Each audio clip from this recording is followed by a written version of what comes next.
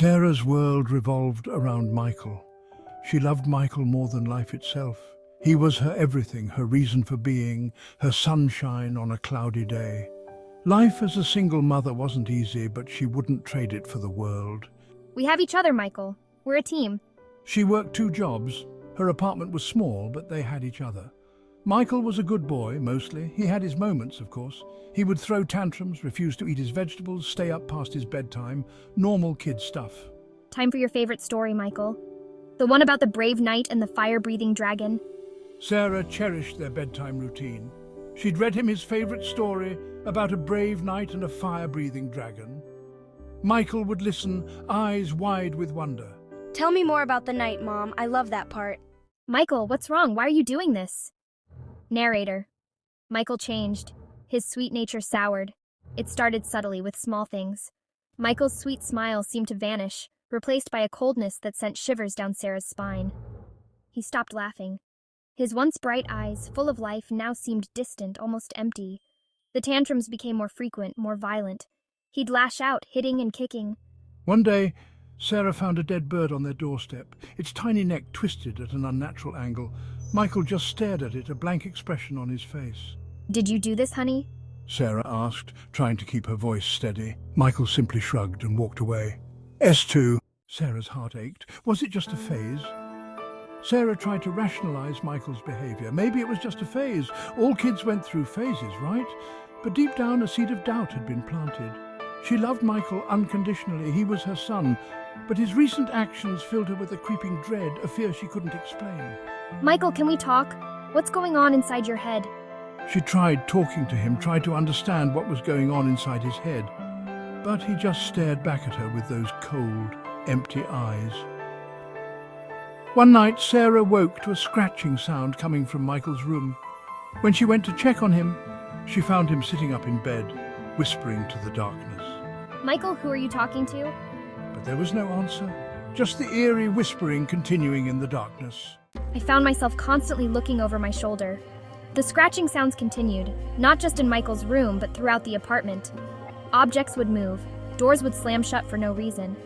I'd hear whispers, just at the edge of my hearing. Narrator. Things weren't right. Sarah couldn't ignore it. Her friends noticed her growing distress. You're imagining things, Sarah, they'd say. It's just stress. Being a single parent is tough. But Sarah knew what she'd seen, what she'd heard. Something was wrong, terribly wrong, and she couldn't shake the feeling that it was all connected to Michael. Mommy, Michael said one morning, his voice sweet as honey.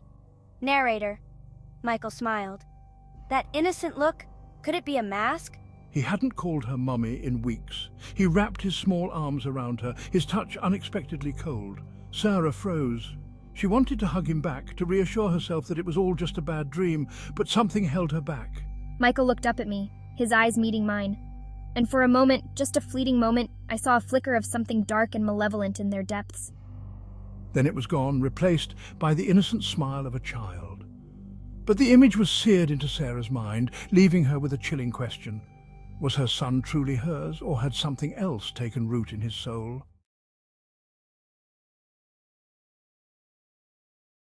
One stormy night, Sarah woke to the sound of thunder rolling in the distance. As lightning flashed, she saw a silhouette standing at the foot of her bed. It was her son, Michael. But something was off. His eyes, usually so warm and familiar, gleamed with an otherworldly glow. "Michael!" Sarah's voice trembled as she called out to him. Michael didn't respond immediately. Instead, he stood there staring at her with a cold, unnerving gaze. When he finally spoke, his voice was not his own. It was deep, cold, and malevolent, sending chills down Sarah's spine. "Mother, I am not your son. I am a vessel for something darker." Sarah's heart pounded in her chest. She couldn't believe what she was hearing. Her mind raced, trying to comprehend the situation, but fear gripped her heart, paralyzing her. Michael took a step closer, his expression devoid of any emotion. "You must understand," the voice continued. "Michael is gone. He is merely a shell now, hosting me." Tears welled up in Sarah's eyes. She wanted to scream, to run, but she couldn't move. "What do you want?" she managed to whisper. The entity smiled, a chilling, hollow grin that didn't belong on her son's face. To exist, Mother. To live in this world through him. Sarah's mind flashed back to earlier that day, remembering the strange events. The way Michael had been acting differently, distant and cold. She had brushed it off, thinking it was just teenage angst. But now everything made sense. "Please let him go," Sarah pleaded, her voice breaking. "Take me instead." The entity laughed, a sound that was both human and not.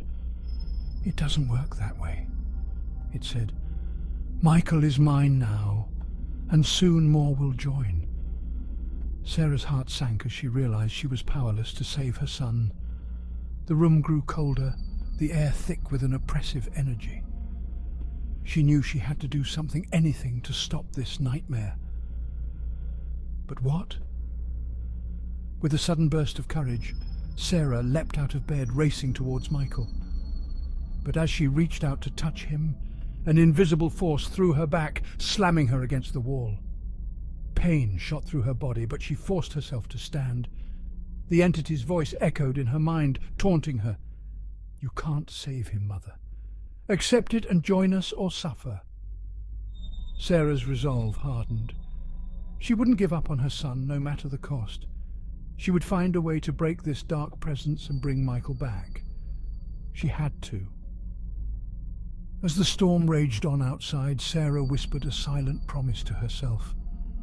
This was not the end.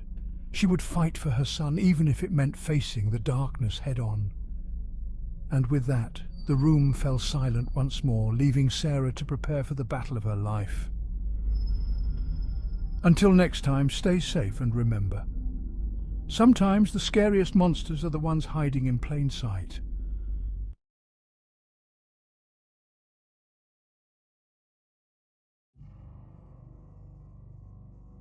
Sarah's world was shrinking. Each day, the entity's presence grew stronger, a suffocating darkness in her home. Her son, Michael, once so full of life, was now a hollow shell, his eyes reflecting a terror she couldn't bear to see. She had tried to be strong, to hold on to hope, but it was slipping away like sand through her fingers. The doctors dismissed her fears, labelled her hysterical. The priests offered prayers and platitudes, their words hollow against the entity's growing power. The shadows in the house seemed to deepen, twisting into grotesque shapes that watched her with malevolent eyes. The temperature dropped, a bone-chilling cold that seeped into her very soul. Whispers slithered through the halls, pronouncements of her impending doom. She was failing Michael. The thought echoed in her mind, a relentless drumbeat of despair. She could feel the entity's grip on him tightening, its darkness seeping into his very essence, and she was powerless to stop it. Exhaustion gnawed at Sarah. She had spent nights scouring the internet, desperate for answers, for any glimmer of hope. Paranormal investigators, self-proclaimed demonologists, even a psychic who claimed to speak to the dead. All had promised help, all had failed. Each failure chipped away at her resolve, leaving her more vulnerable to the despair that threatened to consume her.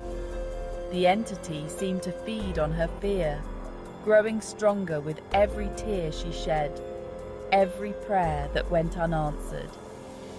She had taken Michael to specialists, subjected him to countless tests, but they all came back inconclusive. "There's nothing medically wrong with him," they would say, their words a hollow refrain that mocked her growing terror. They didn't understand. They couldn't see the darkness that clung to him, the fear that haunted his eyes. They didn't hear the whispers, the chilling laughter that seemed to emanate from the very walls of their home. The entity's voice was a guttural rasp, a violation of the silence that had become her prison. It spoke of ancient pacts, of blood debts owed, of a darkness that stretched back through generations. It taunted her with cryptic pronouncements, weaving tales of her ancestors, of sins long buried, of a legacy of evil that had culminated in this moment, in her son's torment. It spoke of a bargain struck, a soul promised in exchange for power or wealth. The details lost to time, but the consequences all too real. It claimed Michael as its own, a blood descendant of the one who had made the pact.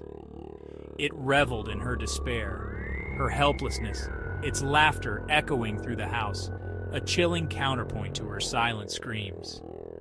Sarah tried to block it out, to shield Michael from the entity's words, but its voice seemed to seep into her very being, a poison that spread through her veins, paralyzing her with fear. Michael's screams echoed in the night, a symphony of terror that tore at Sarah's heart. She rushed to his room, her own fear momentarily forgotten in the face of his suffering. His eyes were wide with terror, his small body racked with tremors. He thrashed against the unseen force that held him captive, his pleas for help lost in the suffocating darkness that had enveloped their home. Mommy, it hurts. Make it stop, Mommy. Please make it stop. Sarah tried to comfort him, to shield him from the unseen horror that tormented him, but her words were empty, meaningless against the entity's growing power. It was everywhere, in the shadows that danced on the walls, in the cold breeze that swept through the room, in the very air they breathed.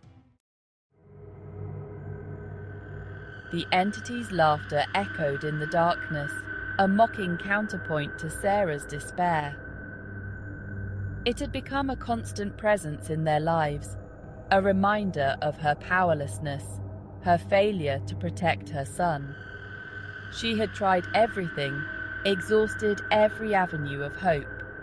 But the entity remained, its grip on Michael tightening with each passing day. It mocked her efforts, her desperate pleas for mercy, her futile attempts to reason with something that existed beyond reason. You cannot escape your fate. He is mine as you are mine. The pact was sealed in blood, and blood will be its price. Sarah clung to Michael, her tears falling onto his pale cheek. Her body ached with exhaustion, her spirit broken by the relentless torment. But in the depths of her despair, a flicker of defiance ignited. She would not give up. She would not let it win. The entity's laughter echoed around her, chilling and cruel. But beneath the laughter, Sarah thought she detected a note of uncertainty, a hint of fear. The fight was far from over, but for the first time, Sarah dared to hope.